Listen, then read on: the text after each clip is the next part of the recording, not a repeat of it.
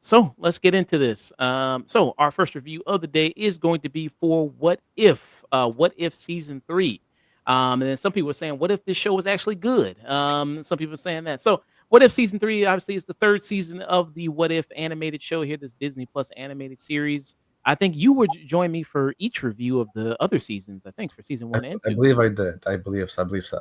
Yeah. And our kind of my reaction to it was just that the first couple seasons was okay. It was all right. Nothing really spectacular. It's not the best animated thing you'll ever will see.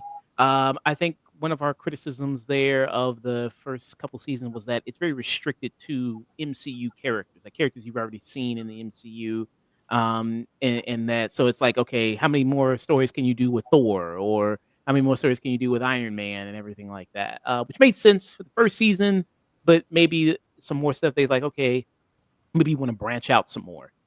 Here in the third season, I will say they kind of go with some other characters. They even create some new characters for this season.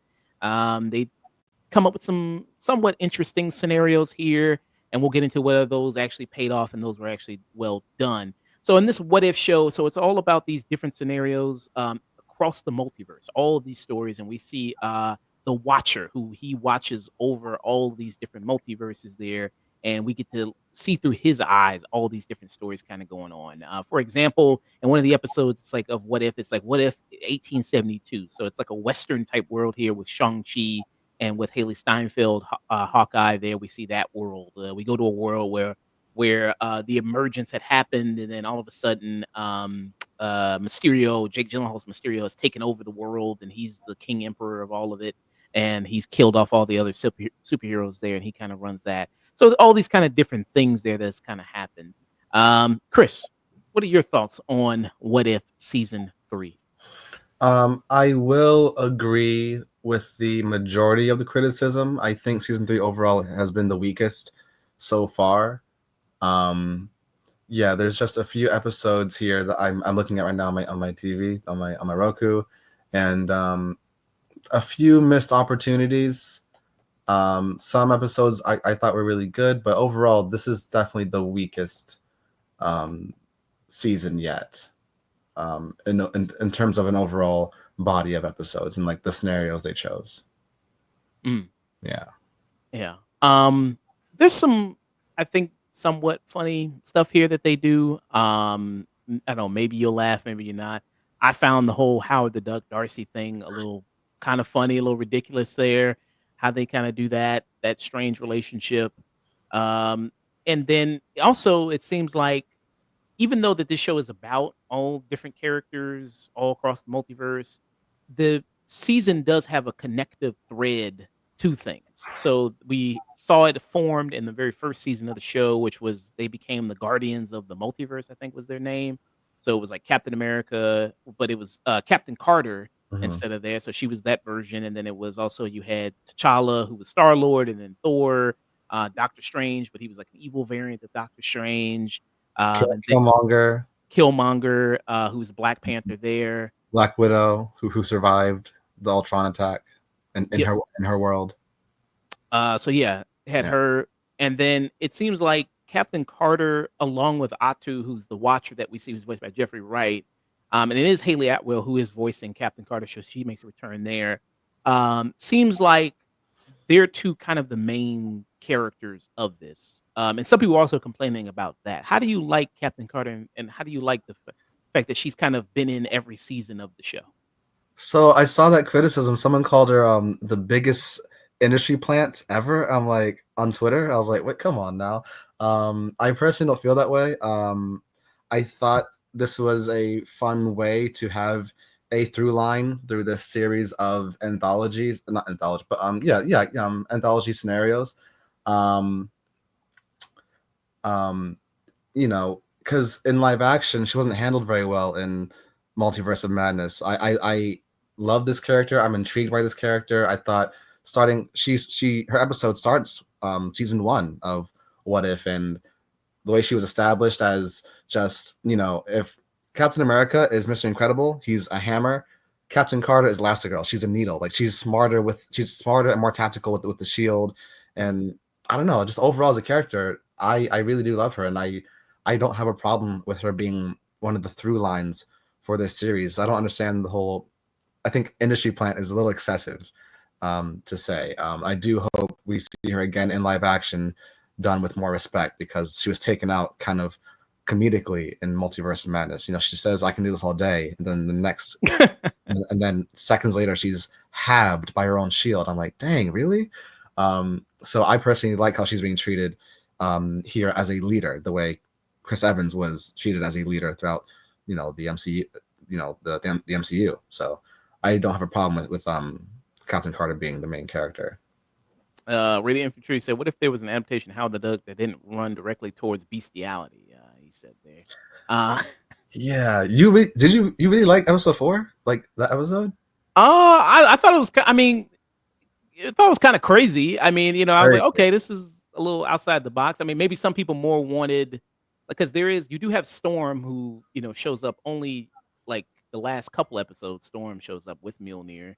yeah. Uh, so I don't know. When if you did a whole episode just about that, I mean, or something like that. And then towards the series finale, we see like all these different variants of each of the characters in the multiverse. Like it has one where she's Black Panther. I don't know. That would have been maybe cool. I mean, did you? So did you hate the Howard the Duck Darcy stuff? Is that I that was? just I just thought it was a missed opportunity. Someone had a great idea again on Twitter, and they're like, a great what if would be, what if the other half got snapped away? So like a what if episode around the time of the end of Infinity War, Thanos snaps his fingers, and like Thor is the first one to get dusted. He drops Mjolnir, Stormbreaker. He gets dusted, and then a close up of Bucky, and then he hears Cap's voice off camera like Buck, and then he disappears. And then Black Panther and Okoye like, up, General, up. This is no place to die. And then Okoye is the one who disappears. Like that would have been a really compelling, episode of What If. I thought a really cool scenario, but instead, yeah, what if Howard the Duck and Darcy got married and had a kid, and Darcy laid an egg, and the baby grew up to be Natasha Lyonne. Yeah. um, which Birdie's a cool character. Like as an adult, I like the power set. It's cool, the '80s rocker style. The tattoos become actual wings. She has laser powers. It's cool and all. And since I was a kid, I thought Natasha Lyonne, her voice was very sexy. Honestly, the raspy horse voice, like women who have that voice, I find it very attractive. I don't know. But yeah, like that was kind of a missed opportunity. And then episode 2, what if Agatha went to Hollywood? Cool. I liked Agatha all along. It didn't make my top 10 of the year, but I really did enjoy the series overall. So it's cool to see Catherine Hahn return to the MCU with this character, who she's great in the role. But yeah, we get this episode, and she already has the powers of the Eternals. What if Agatha stole the power of that could have been an episode all by itself. Like, let's see that. That would have been a cool, action-packed, compelling story, because, the Eternals are thousands of years old.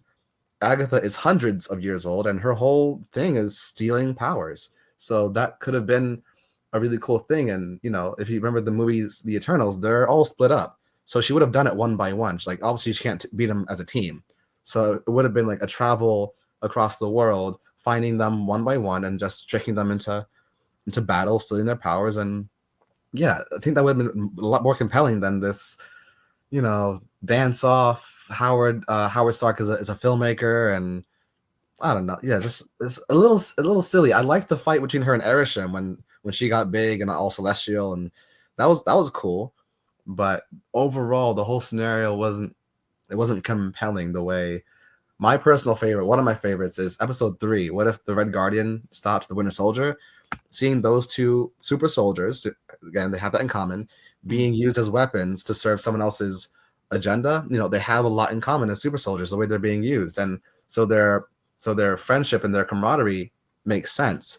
And I love how anti-fascist, anti-capitalist Red Guardian is. He's just always talking about, oh, like those capitalist pigs. I was like, yes, like I love that character, and I'm glad I can't wait to see him back in Thunderbolts.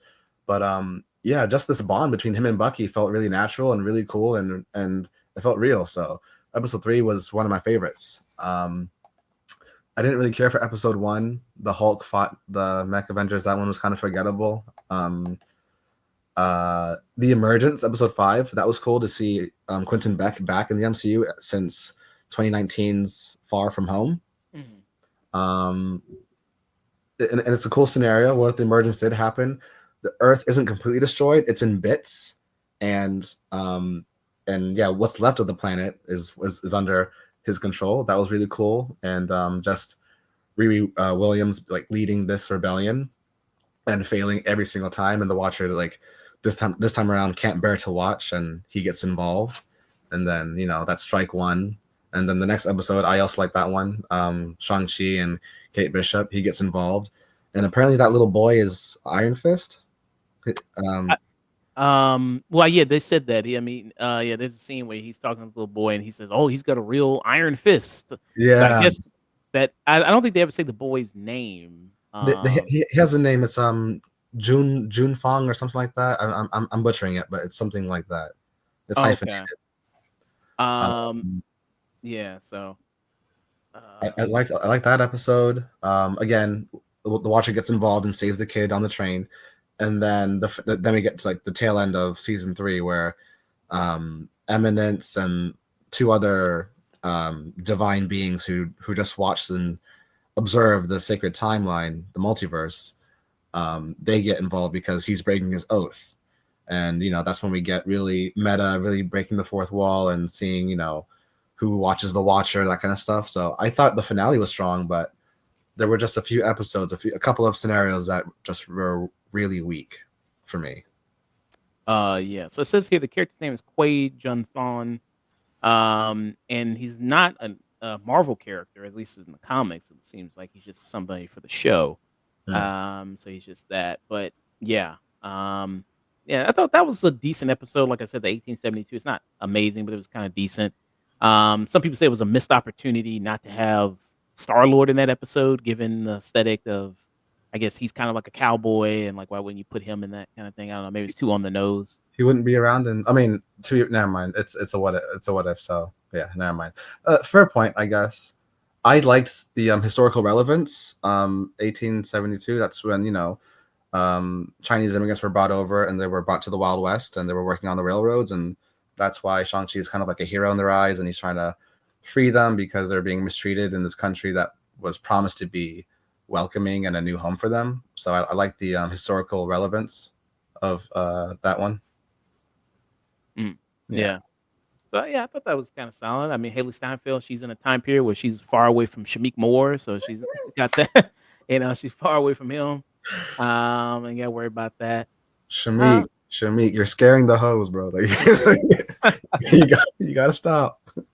We're never getting that movie. We're never getting beyond the Spider Verse. This man, he's the problem. He's stalling the production. Oh geez. man, no. Yeah. What if Shamik Moore had common sense? They need to make that one. Yeah. But yeah, I mean, Shamik Moore, shut up. so yeah, I would say this season 3. I mean, I think it has a stronger finale than maybe the other seasons.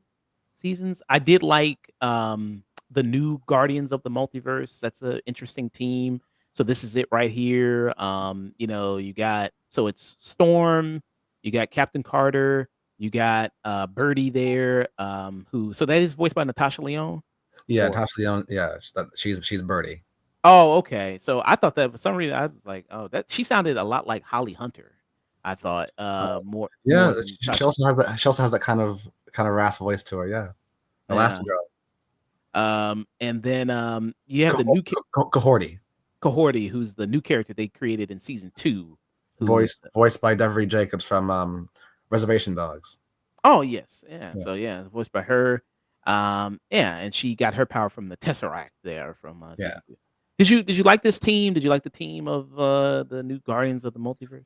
I love the team. I thought it was cool. Of course, there were some negative comments on Twitter that really had no backing besides the fact that it's all women. I'm like, why you just hate women? But this was a cool team. Um, you know, we don't really know what happened to the OG team, T'Challa, Star Lord, or Party Thor. I think are we under the impression that they died or like they didn't make it or I think so, right? Because Captain Carter in like episode 7 or 8, she's like, I don't want to lose my friends again because I think she lost her last team. Yeah, I think Yeah. yeah, I mean, that's the So impression. Yeah. so yeah, and then again, another cool what if? What if Storm got Mjolnir instead of Thor? Like that would have been a great episode. But again, we didn't get that. But yeah, it's a really cool team. I love the combination of powers, the way Kahori can open portals last minute and like save someone. Birdie can fly, Storm can fly. And yeah, Captain Carter is a super soldier. Like her jumps, she has bunnies for days. And again, like I said, she's really tactical with the shield. So yeah, their combinations are really cool, and they're just a really strong, cohesive team. And along with the Watcher, in the finale, telling them take the sacred oath, and then they take the oath, and they get the celestial powers as well. That was really cool. That final fight between the Guardians of the Multiverse versus the Observers. I forget. There's the Watcher. There's the Eminence, who I think is the Watcher's teacher, voiced by Jason Isaacs. Mm, Uh, Lucius Malfoy, for those who don't know the name Jason Isaacs. yeah. Um, but yeah, I thought it was like you said, I thought it was a very strong finale. And did episode 8 feel very final to you? Like, are we getting season 4? Like, it No, I sounded think like this is the final season. They it said this is sounded the like final it. season. It sounded like the Watcher was like signing off. I was like, oh, okay, I guess this is it. It was cool. I liked it. Um, Also, there was another thing I saw on episode 7. They're traveling using Kang's chair. So, like, did they kill off Kang like off camera and like in an animated form? Like, how did they get Kang's like orb seat that can travel anywhere? You Oh know? yeah, that thing. Yeah, that you Yeah, saw in like Ant-Man. Yeah. yeah, exactly. Yeah. Captain Carter like is using it to travel. She like walks out of it. So, like, did they really kill off the Council of Kangs off camera? Like, Mm. that's that would be just as insane as bringing back Downey for Doom. Like, man, oh Uh, man, like the amount of people who I've seen or I'm hearing are like turning on the MCU and like DC looks really good right now, guys. I'm just saying, like Creature Commandos is pretty funny. Like I'm like, and yeah, right now it just feels like they're in disarray. Marvel, I don't know, yeah. Rain from Tree said there's a brief moment where they basically say they killed the entire Council of Kings there. crazy. Uh, and then he brought up a criticism that I've also seen a lot. He said, "In What If comics, it's much more about alternate scenarios, like what if the other half got snapped and stuff like that. The show seems to be a lot of what if this character was also this character." Yeah, Yeah, I mentioned that, like, Storm having, and I know she did it in a What If comic too. She had Mjolnir, as well, and she's had it in the comics. Yeah, but it's like Captain Carter. There's that, and there's the thing with, like the other what if scenarios, like what if Red Guardian joined the Avengers and things like that, or something. So, there's kind of things like that. Doesn't seem to be a whole lot of, you know, creativity there as far as that goes. yeah. Speaking of lack of creativity, people are getting tired of the 2012 Avengers camera roll shot of like them like the first time assembling in New York City. Like that shot keeps being used for like and happily ever after they join the Avengers and or like I don't know that same revolving shot is always being used now and people are getting tired of it. It's Uh, funny. Uh, so what would you say is the worst episode of this season? The worst episode of the season, it's either 4 or 2, and I'll say 4. Yeah, 4 is just weird. It's entertaining, it's funny, it's silly, but man, oh man, a really for me a major missed opportunity. Like I said, and like our friend just said, what if the other half got snapped? What if we're on Titan and Nebula's the first one to go, and the Guardians who survive, Quill, Drax, and Mantis are like over her, like hovering, "Are you okay?" And then she disappears, and then we turn to Tony, who's like slowly dusting away, like Thanos did. He takes his seat. He looks at Doctor Strange. He's like, "Make sure the kid gets home safe," and he, goes away. Like that would have been a really cool episode of What If, and yeah, I didn't need to see Darcy. I'm not saying they show it, but like Darcy laying an egg. I don't need to. I don't need to see. I love Kat Dennings, but I don't need to see Darcy laying an egg. Okay. Um, What was the best episode? The finale for you?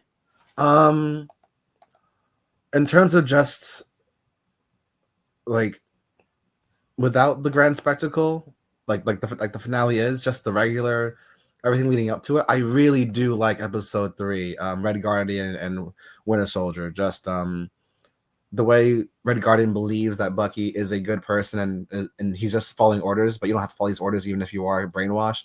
He's like telling him to try hard. Like, what do you remember? And he has a glimpse of Coney Island.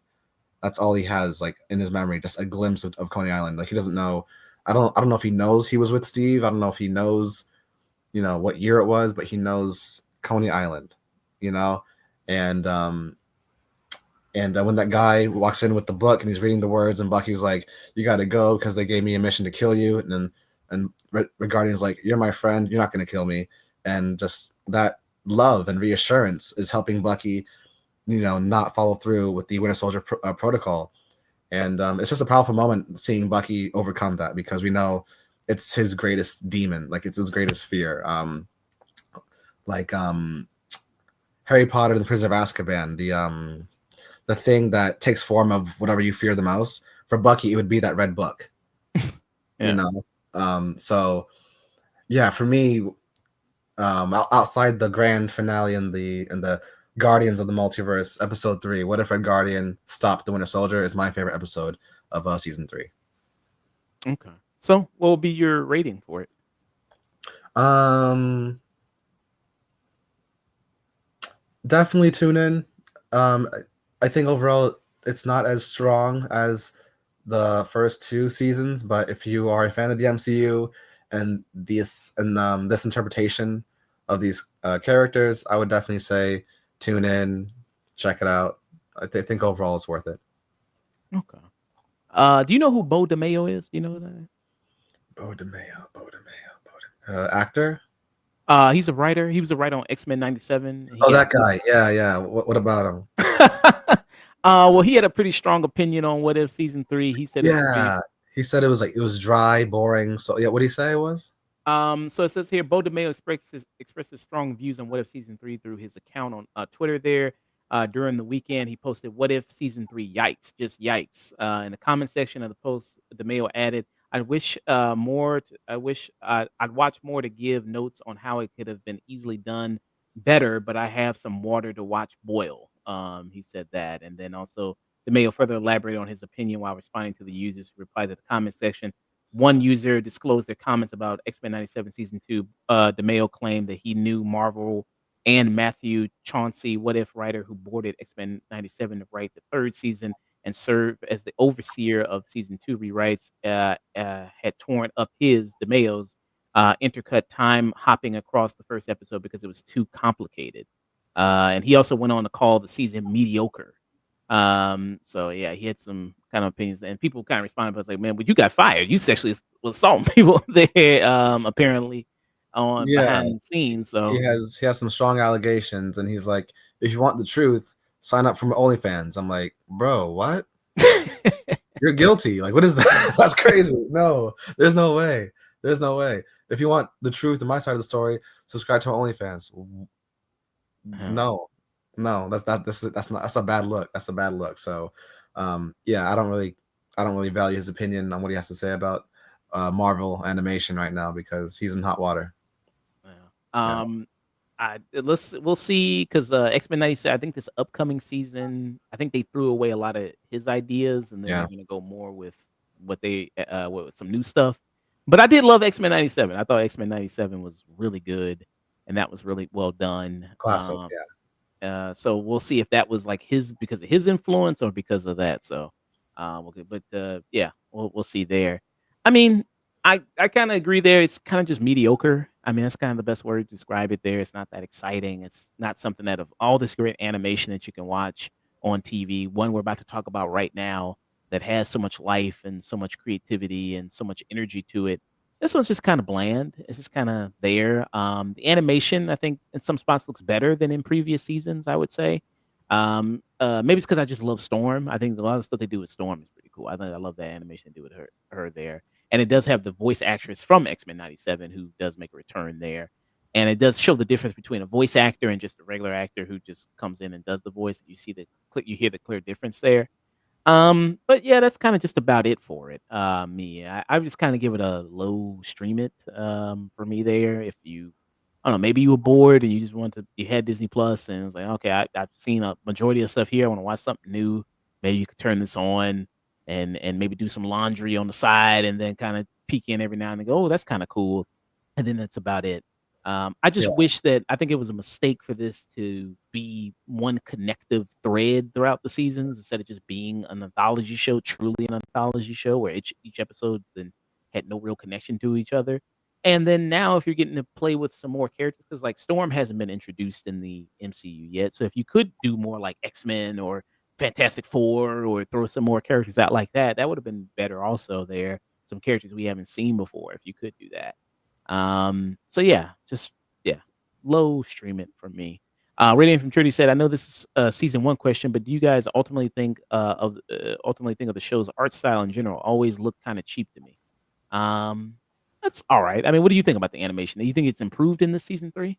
I will agree. I think overall there was not a large budget for this show, and I think it shows in terms of the animation. The way um, there's expression, the way there's movement, the way their mouths are moving with the words.